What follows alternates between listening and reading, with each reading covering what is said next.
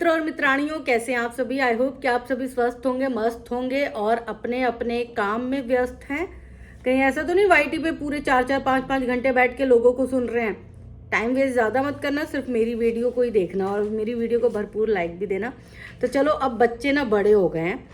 बच्चे बड़े हो गए से मतलब है अंशु जो है वो उन्होंने एक वीडियो डाली और बहुत सारी बातें क्लियर की, जिसमें जो मेन पॉइंट है वो मैं आपको बता दूं।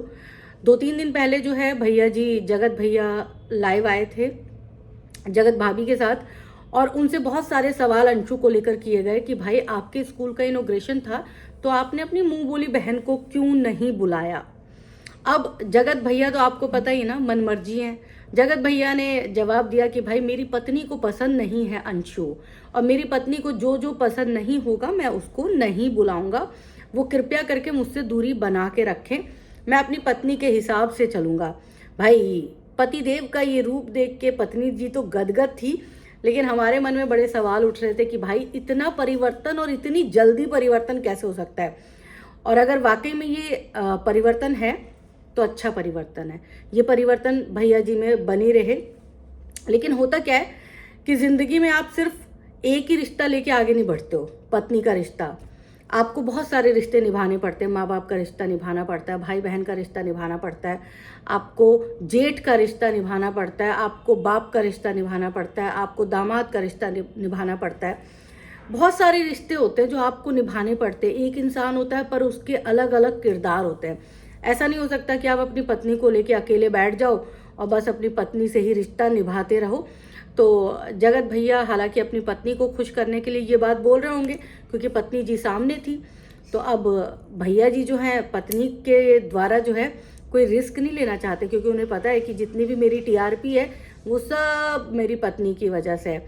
तो भैया जी अब अपनी पत्नी की शक्ल ही देखते रहते कि हाँ भाई मेरी पत्नी जो आज्ञा देंगी वही मैं बोलूँगा। तो फाइनली जगत भैया जो है वो जोरू के गुलाम बन चुके हैं।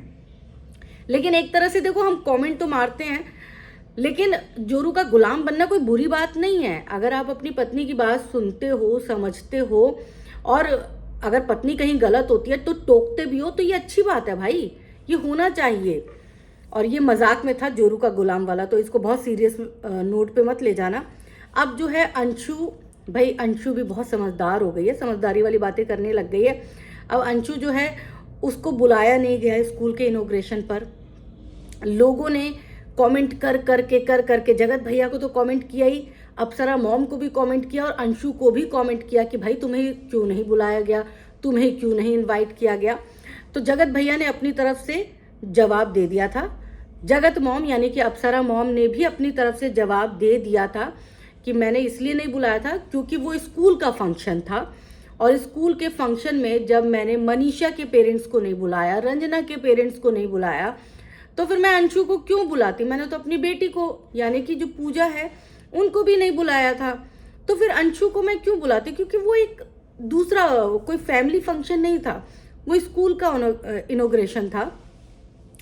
तो उस फंक्शन में जब मैंने किसी रिश्तेदार नातेदार को नहीं बुलाया था, उससे स्कूल से रिलेटेड लोगों को ही इनवाइट किया गया था। लेकिन उसके बावजूद भी आपको पता है कि अगर फैंस जो है एक बात पे अड़ जाए तो फिर वो अड़े रहते हैं, फिर उनको जवाब चाहिए। उनको लग रहा था कि भाई अंशु के साथ अन्याय हो गया है, अंशु को बुलाया नहीं। भाई एक बहन जो है वो बेंगलुरु में रहती है, उसका आना ना आना इम्पॉसिबल है, वो तो नहीं आ सकती है। लेकिन अंशु तो नियर बाय है, अंशु तो जा सकती थी, लेकिन अंशु को जो है वो किनारा कर दिया गया। अब बहुत सारे कमेंट्स आए कि भाई अपनी बेटी अपनी ही होती है, अपनी औलाद अपनी होती है, अगर अपनी औलाद होती तो क्या बुलाते नहीं, ये वो अलाना फलाना। जिस तरह के कमेंट्स आते हैं जनरली उसी तरह के कमेंट्स जो हैं वो आए, और अंशु को भी जो है बहुत सारे कमेंट्स किए गए। मतलब इतने कमेंट्स किए गए कि वो बेचारी उकता गई और उसे फाइनली जवाब देना पड़ा। एक पूरा डेडिकेटेड वीडियो जो है उसे इस बारे में छापना पड़ा। तो अब अंशु ने जवाब दिया, उसने बोला कि भाई एक वो फंक्शन जो था स्कूल का फंक्शन था, दूसरी बात मेरे को अगर मनीषा भाभी पसंद नहीं करती हैं तो ठीक है, मैंने भी उनके बुरे वक्त में उनके बारे में बोला था, जिसका मुझे अफसोस है, रियलाइज कर रही हूँ मैं कि मुझे उस वक्त में कम से कम मनीषा भाभी के बारे में नहीं बोलना चाहिए था, और मनीषा भाभी को डेफिनेटली वो चीज़ बुरी लगी है, तो शायद वो नहीं चाहती होंगी कि मैं जो है वहाँ आऊँ जाऊँ, और इसीलिए भैया जी ने जो है वो क्लियर कट कह दिया है कि भाई ठीक है, मेरी पत्नी को नहीं पसंद है तो मैं नहीं बुलाऊंगा। और साथ ही साथ अंशु ने ये भी कहा कि भाई एक वक्त था जब मैं इनसे बहुत ज़्यादा मेरा मिलना जुलना नहीं होता था, तब मुझे जो है जगत भाभी वो अच्छी नहीं लगती थी, तो ये अपने अपनी पसंद नापसंद का मैटर होता है। अब जब मैं उनसे मिली, मेरी बातचीत हुई, तो मुझे वो ठीक लगने लग गई। मुझे लगता है कि हाँ ठीक है, ऐसी ही औरतें होती हैं, और ठीक है मनीषा भाभी में कोई जो है कमी नहीं है। अब मनीषा भाभी मुझे पसंद नहीं करती, उनको मैं टाइम देना चाहती हूँ, क्योंकि जो मैंने उनके साथ किया है वो मुझे अब लगता है कि मैंने गलत किया, मेरी टाइमिंग गलत हो गई। तो अब उनको भी टाइम चाहिए, क्योंकि वो हर्ट हुई हैं मेरी बातों से, तो वो जितना टाइम लेना चाहती हैं ले ले। लेकिन कुछ रिएक्शन चैनल जो है ना, इस मुद्दे को ठंडा होने ही नहीं दे रहे। वो इस मुद्दे पे कमेंट कर करके इसको ना आग लगाते जा रहे, सुलगाते जा रहे और मजे ले रहे हैं, क्योंकि कुछ लोगों की रोजी रोटी चलती है हमसे, और कुछ लोग जो हैं वो रिएक्शन चैनल के नाम पर गंदगी फैलाते हैं और महीनों तक फैलाते रहते हैं। मतलब मुद्दा खत्म भी हो जाए उसके बावजूद भी वो मुद्दे को खींच खींच के च्युइंगम की तरह लंबा करते जा रहे हैं, और ये बहुत सारे लोग कर रहे हैं। और मैं यही कहना चाहती हूँ कि भाई मत करो, बस करो। और दूसरी चीज़ उन्होंने बार यही कहा है कि कमेंट में भी बार बार बोले जा रहे हैं अनाथ लड़की, अनाथ लड़की, अनाथ लड़की। तो भाई देखो, मैं अनाथ हूँ तो मैं क्या कर सकती हूँ, लेकिन अब मेरा पूरा परिवार है, तो मुझे बार बार ये कमेंट ना करें कि मैं अनाथ हूँ। मेरे ससुराल वाले हैं, मेरा पति है, मेरी सास है, सब कोई मेरे साथ है। तो इस तरह के कमेंट जो है अब आप प्लीज़ मत किया करा करो। दूसरी चीज़ उन्होंने ये भी कहा कि मैं बहुत जल्द जो है सिवान जाने वाली हूँ, वहाँ पर मैं अप्सरा मॉम से मुलाकात भी करूँगी। ऐसा नहीं है कि हमारी लड़ाई हो गई है, तलवारें खींच गई हैं, हम मतलब ऐसे दुश्मन बन बैठे हैं, ऐसा बिल्कुल भी नहीं है। इस परिवार से, राज परिवार से जो है मेरा हमेशा रिश्ता बना रहेगा, और मैं इनसे मिलती जुलती भी रहूँगी, आती जाती भी रहूँगी। जो चीज़ें हो चुकी हैं वो तो हो चुकी हैं, उनको बदला नहीं जा सकता, लेकिन आगे जो है चीज़ें सही होंगी। और मैं वीडियो इसलिए नहीं बना पाई थी क्योंकि पिछली बार आप सबने देखा होगा सिवान गई थी, मिली थी अंशु, लेकिन अंशु का वीडियो जो है नहीं आया था। जगत भैया ने वीडियो डाला था, तो उस पर भी बहुत सारे कमेंट्स आए थे कि फिर से थूक के चाटने पहुंच गई। इस तरह के कमेंट जो है आते तो अच्छा भी नहीं लगता कि मतलब ये क्या कमेंट हुआ यार। ढंग से अगर फैन हो तो ढंग से कमेंट करो, अगर तुम दुश्मनी हो तो भी तो भाषा की मर्यादा रखोगे। खैर इस तरह के कमेंट्स आए थे, तो अंशु ने उस पर बड़ा क्लियर कर दिया कि मैं जब भैया जी से मिलने के लिए गई थी तो मेरा फ़ोन जो है उसकी बैटरी 1-2% ही रह गई थी, डिस्चार्ज होने वाला था, इसीलिए मैं वीडियो बना नहीं पाई। लेकिन मैं उनसे मिलने के लिए गई थी और वो भी खुश थे, मैं भी खुश थी, और अब आगे से मैं फिर मिलने के लिए जाऊंगी। तो इस बात को लेकर जो है अब बवाल ना मचाया जाए, इस बात को यहीं ख़त्म कर दिया जाए, क्योंकि सब अपने जीवन में आगे बढ़ते जा रहे हैं, पर कुछ लोग जो हैं वो ना तो बढ़ रहे हैं और ना ही बढ़ने दे रहे हैं। वैसे आप सबका इस पर क्या कहना है, कमेंट करके ज़रूर बताइएगा।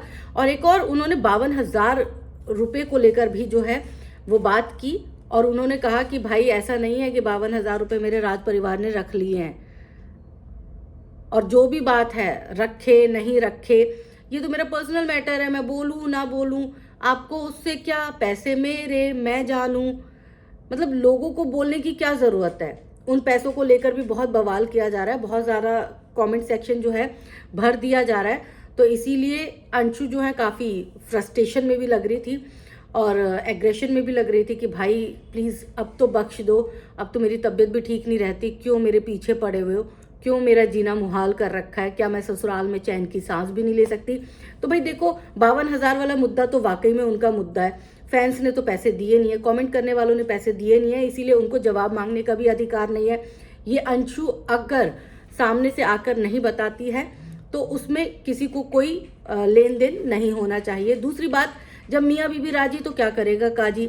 अब अंशु अगर राज परिवार से मुलाकात कर रही है और राज परिवार भी अंशु को अपनी बेटी की तरह ट्रीट कर रहा है तो जाने दीजिए ना, आपको क्या मतलब है भाई।